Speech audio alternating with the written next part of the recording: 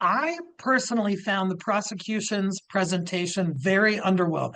I think that there was a lot of high expectations built up. The prosecution did a press conference. This was, I think very anticipated to be a strong case. Perhaps it looked strong on paper, but once you get into that gauntlet, once you're in, the field of battle of trial, things can change, and things might not go how you think they're going to go. And I think things kind of went south for the prosecution in a number of ways during the trial. The allegation that this was RICO, racketeering, that there was a criminal enterprise, that is a very serious allegation to allege that a business, Bad Boy Entertainment, was in fact a criminal enterprise. But when we got to the trial, an criminal enterprise contemplates multiple affiliates. It contemplates a conspiracy among several numerous people to engage in criminal activity. And the government chose not to call any of those possible co-conspirators. In fact, they didn't even charge any possible co-conspirators. So I think the jury was left wondering, hey, how can this be a criminal enterprise when there's only one person who's alleged to be a criminal? And also, they did also fail to call a lot of the alleged victims who are also suing him in civil cases. Just talk through that and how that's quite surprising. I expected the prosecution to use what's called Rule of Evidence 404B to get in testimony from other alleged victims that is similar in nature and kind to the allegations from Cassie and Jane, the specific alleged victims in the criminal case.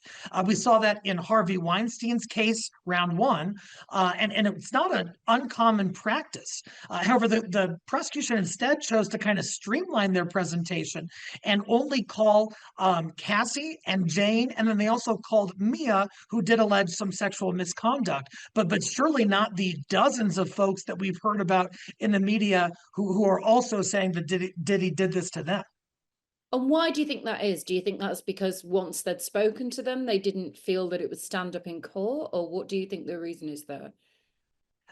There could be several reasons. In the criminal context, the government has to meet the highest burden of proof that there is, proof beyond a reasonable doubt. That's different than in all of these civil cases where the plaintiff just has to prove it was more likely than not that Diddy sexually assaulted them. And so I wonder if the government looked at these other allegations, vetted them, and said, hey, that might be fine for a civil case, but when we're talking about the highest burden in the land on a criminal side, I'm not sure we can meet that with these folks. And I wonder if that was the calculus for the federal government in making those choices. In terms of the guidelines for sentencing, they're saying that he may only get time served, that he may just get a couple of years. What are your thoughts on that?